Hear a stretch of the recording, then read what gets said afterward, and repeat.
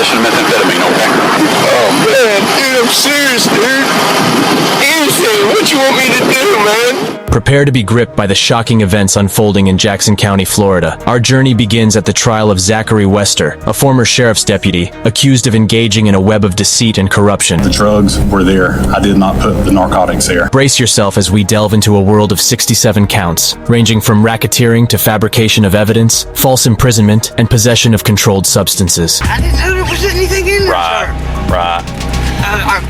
I'll put my son's life on it. I got you, man. The seriousness. I got you. This case centers around an abuse of power, a betrayal of the trust we, as a society, bestow upon law enforcement. In a chilling turn of events, Wester stands accused of planting drugs in unsuspecting motorists' vehicles during random traffic stops. It appears to be an illegal narcotic. Do you know anything about that? I do not. Astonishingly, despite vehemently denying ownership of the illicit substances, the majority of drivers found themselves unjustly behind bars. This is a case about an abuse of an incredible power, about the abuse of the incredible trust that we all put, and we have to put, in law enforcement. The internal alarm bells began ringing, and in 2018, Wester was suspended. Now, 3 years later, justice awaits in the courtroom as he pleads not guilty to all charges. Have you ever seen this before? No. In their relentless pursuit of the truth, the prosecution places a significant reliance on the defendant's own body camera footage. One particular instance involves Stephen Van, a recently released felon whose car allegedly contained methamphetamine, discovered by Wester. Like the other drivers who took the stand, Van willingly granted permission to search his vehicle, confident that he had nothing to hide. But he doesn't know that the officer searching his car has other motives in mind. Look closely. Wester is seen planting meth inside a little can captured by his own body camera before covering it up with other items.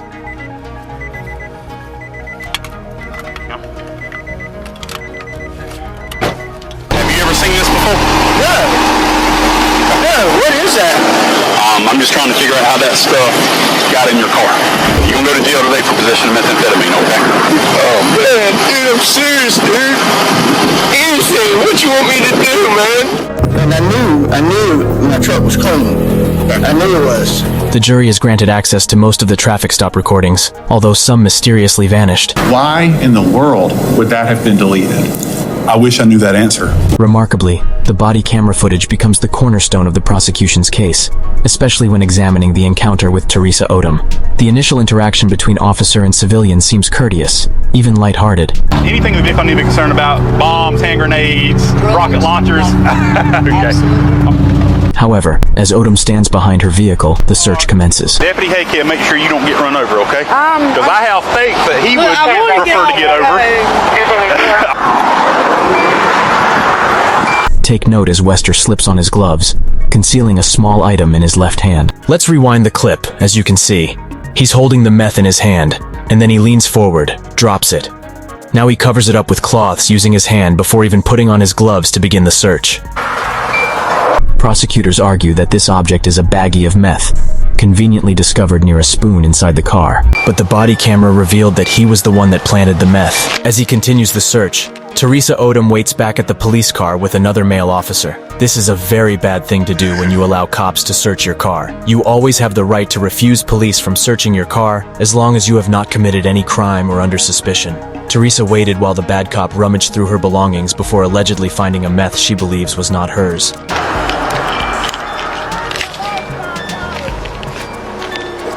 Do what now? I said, if you find any money, I come up missing $5 at the hospital. All right, I'll see if I can find it for you.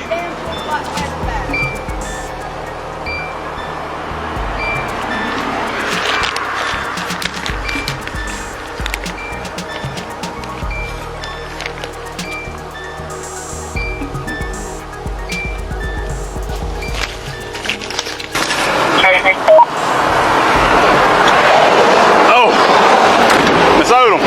It is yogurt, sir. I know. Okay. It's yogurt. How about this, though? That is not mine. No, sir. Okay. Teresa Odom believes that it is yogurt, and there's no way a meth would be in her car. Officer Wester then decides to test the substance to prove to Teresa that it is a drug.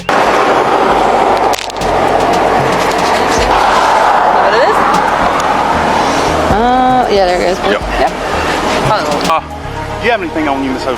I said I didn't have anything on me in the truck. Oh, okay, but do you have anything on your person is what I I'm have asking. nothing on me to my knowledge at Thank all. you. We're good. Okay, all right.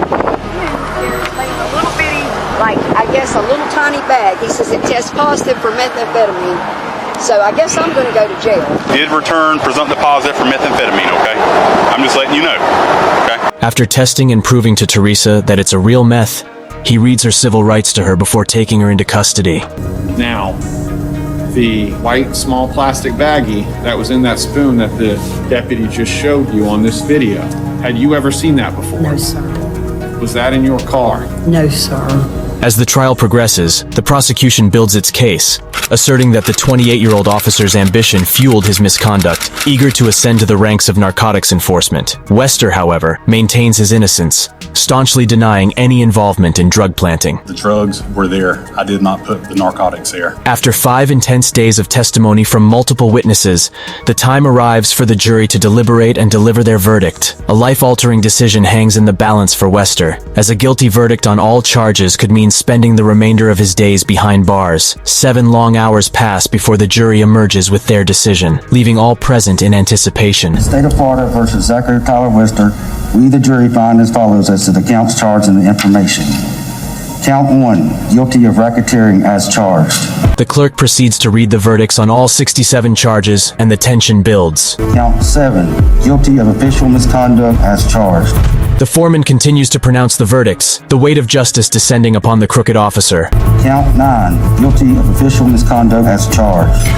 Count 10, guilty of official misconduct as charged. In total, Wester is convicted on 19 charges, including misconduct in the arrests of Stephen Van and Teresa Odom. Shockwaves ripple through the community as 11 out of the 12 drivers affected by his actions seek retribution through civil lawsuits. For the last 3 years, I've probably missed 1.5 years of my grandbaby's life because of this. And you'll never know what you've done to me until you have children of your own, so. The victims of Zach Wester was granted a nearly $1 million federal court settlement. At the conclusion of a day-long hearing in U.S. District Court in Pensacola on October 11th, more than 30 individuals who were detained by Wester and later sued agreed to the settlement. Depending on the kind of damages each plaintiff incurred, they were each given a different sum of compensation, ranging from slightly under $20,000 to over $70,000. The greatest payouts went to plaintiffs who lost custody of their children as a result of their bogus arrests. The final blow lands as Wester receives his sentence, 12.5 years in a state prison, a mere fraction of the lifetime he could have spent incarcerated. As we reflect on this chilling tale, we are left to question the extent of corruption that can fester within our own systems of justice. If you love stories like this, subscribe and turn on notifications for more. Thanks for watching.